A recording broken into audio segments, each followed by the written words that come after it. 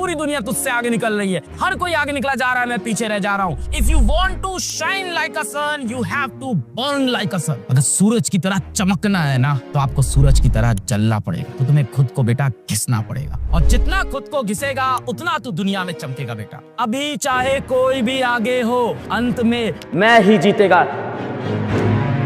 मुझे पता है शायद तू सोया नहीं है, या बहुत थक गया था, एग्जॉस्ट हो गया था। कुछ लोग शायद दुखी होंगे, कुछ लोग बहुत खुश होंगे। अब आगे बढ़ना जरूरी है, सब छोड़ना है बेटा, सब छोड़ना है। भगवत गीता में भी यही चीज बोली गई है कि सुख और दुख में जो एक जैसा बिहेव करे वही असली योद्धा है। तो चाहे आज तुम सुखी हो, चाहे आज तुम दुखी हो, तुम्हें जंग पे फिर से जाना पड़ेगा। यही तुम्हारा कर्तव्य है, इसको तुम्हें पालन करना पड़ेगा, पालन करना पड़ेगा मेरा बेटा। मास्टर तेरे साथ खड़ा रहेगा, और अगर तू मास्टर के साथ खड़ा है तो कमेंट में लिख दे, अभी चाहे कोई भी आगे हो, अंत में मैं ही जीतेगा। पूरी दुनिया तुझसे आगे निकल रही है, हर कोई आगे निकला जा रहा है, मैं पीछे रह जा रहा हूँ। वॉर एंड नहीं हुई है, अभी कोई भी आगे हो, अंत में मैं ही जीतेगा। ये बात कमेंट में आ जाए। और एक चीज याद रखना, मन में चल रहा है ना जंग तो जीत के आनी है, तो बेटा आप एपीजे अब्दुल कलाम साहब की, ऑनरेबल श्री एपीजे अब्दुल कलाम साहब की एक लाइन याद रखना, if you want to shine like a sun, you have to burn like a sun. अगर सूरज की तरह चमकना है ना, तो आपको सूरज की तरह जलना पड़ेगा। मैं हमेशा एक चीज कहता हूँ कि अगर तुम्हें चमकना है ना, तो तुम्हें खुद को बेटा घिसना पड़ेगा, और जितना खुद को घिसेगा उतना तो दुनिया में चमकेगा बेटा। तेरे पास मौका है, इस बार कोई गलती नहीं करनी है। इस बार मोबाइल चलाने में नहीं इसको गवाना है, इधर उधर यूट्यूब पे नहीं देखने हैं। एक जगह डिसाइड करो, लग के पढ़ाई करो। मैं लगा रहूंगा, तुम्हारे साथ आके फिर से लड़ूंगा बेटा। सिक्का उछालेगा यार, दो चीजें होगी, या तो होगा या तो नहीं होगा। नहीं उछालेंगे तो पक्का नहीं होगा, ये श्योर है। कि ट्राई नहीं करेंगे तो डेफिनेटली फेल होंगे, ट्राई करेंगे तो शायद पास हो जाए। तो अभी तो कोशिश करना चाहिए,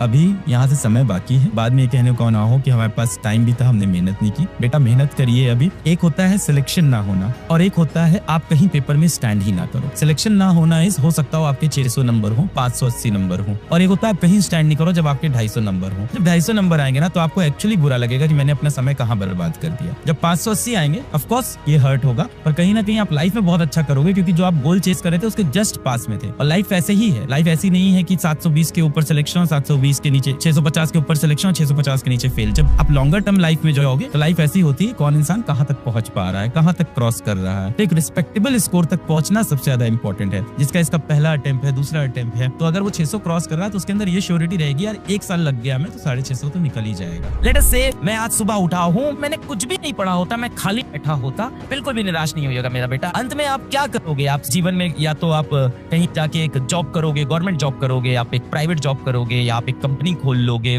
या हो सकता हो आप यूपीएससी की तैयारी कर लोगे, हो सकता हो आप किसी स्पोर्ट्स में चले जाओ। जो मेरा आज बच्चा है वो लाइफ में क्या क्या कर सकता है, हो सकता हो वो कहीं प्राइवेट जॉब कर ले, हो सकता हो वो कहीं गवर्नमेंट जॉब कर ले, हो सकता हो कि वो स्पोर्ट्स के क्षेत्र में चला जाए, हो सकता हो वो खुद एक कंपनी खोल दे, एक कंपनी का फाउंडर बन जाए, और मिलियंस ऑफ अपॉर्चुनिटीज हैं। पर वो जहां भी जाएगा उसे क्या करना हो, and that is what you learn in your life. ऐसे बहुत से लोग हैं जो शायद साल में 1 करोड़ रुपए कमाते होंगे, 1 करोड़ प्लस मनी। मे भी कुछ ऐसे भी लोग हैं जो 2 करोड़ रुपए कमाते होंगे। यस, इन सारे लोगों ने जीवन में अपना लर्निंग कर्व नहीं छोड़ा, सीखना नहीं छोड़ा, दिमाग के साथ खेलना नहीं छोड़ा, प्रॉब्लम सॉल्विंग एटीट्यूड नहीं छोड़ा। The best talent out there are those who are ready to solve any unknown and stretch problems. That is the best motivation I can give you today. आप आगे जाओ, I am with you, and जितना हो सकेगा मैं आपको motivate करूंगा। हो सकता हो मेरी लाइफ आपको थोड़ी सी मोटिवेट करे, हम जैसे लोगों की लाइफ आपको मोटिवेट करे, जो ऐसे घरों से आते हैं जिनका आईआईटी में सिलेक्शन नहीं होता, घिसते हैं, रगड़ते हैं, कोशिश करते हैं। 2014 में कॉलेज छोड़ने वाला, ड्रॉप आउट किया था, सब सही होते होते भी 2020 तो बनी गया था, 2020 तो 6 साल तो मुझे भी लग गए यहाँ से धक्का खाने के बाद। और आईआईटी में मैं रिजेक्ट हुआ हूँ 2010। Alakh Pandey is rejected from an IIT. 2010 में आईआईटी से रिजेक्ट हुआ, 2014 में कॉलेज ड्रॉप आउट, 2020 10 साल का सफर लगा बेटा। 10 साल में घिसता रहा, मेहनत करता रहा, और उसके रिजल्ट्स मुझे जीवन में मिले।